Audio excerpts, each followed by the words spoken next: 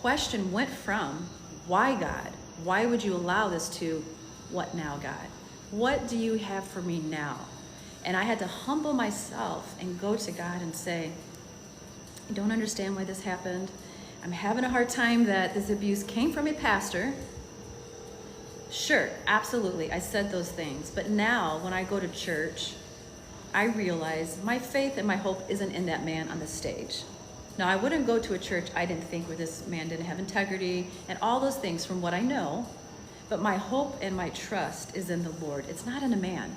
It's not. And if my pastor were to fail, okay, then I believe God would put me in a different direction. My hope is in the Lord. And I pray that you yourself would consider that maybe God does really love you and he does have a plan for your life, because he does, and he does love you. The Bible says that he is love. That's who he is. He is love. So there is no man, there's no woman, there's no person who's ever going to fully be able to love you in the way that God can. Nobody can. So maybe you're the type of person that says, I don't want to hear preaching, I'm out of here. That's fine. I'm not trying to preach. I'm just trying to share with you what happened in my life and when everything kind of turned in a different direction. I can't imagine not living for God and relying on him for everything. I have good days, you guys. I have bad days. And if you ever meet a Christian who says, oh, become a Christian, your life will be perfect, it'll be amazing. No, I actually think sometimes when we make this decision, that sometimes it's a little bit harder.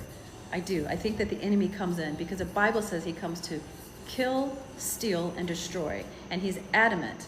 He's not going to worry about me if I'm not serving God. Whatever. He's going to come after me harder.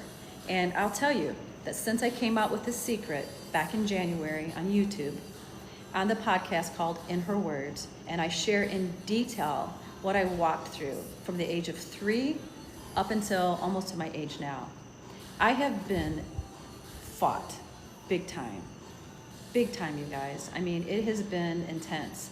And I've been through a lot, and I had to stop recording my episodes for a little while. And this, I really got slammed in April, so just a few months ago. So I've just started to record again, and I feel like the more that I put myself out here and I share my story, I'm fought harder. So I know that I'm doing something, and I know that my story is going to touch people's lives. So back in January, when I started to air my episodes on In Her Words podcast on YouTube, I told a secret that no one really knew about. I met with my family and friends last year to tell them for the first time. I met with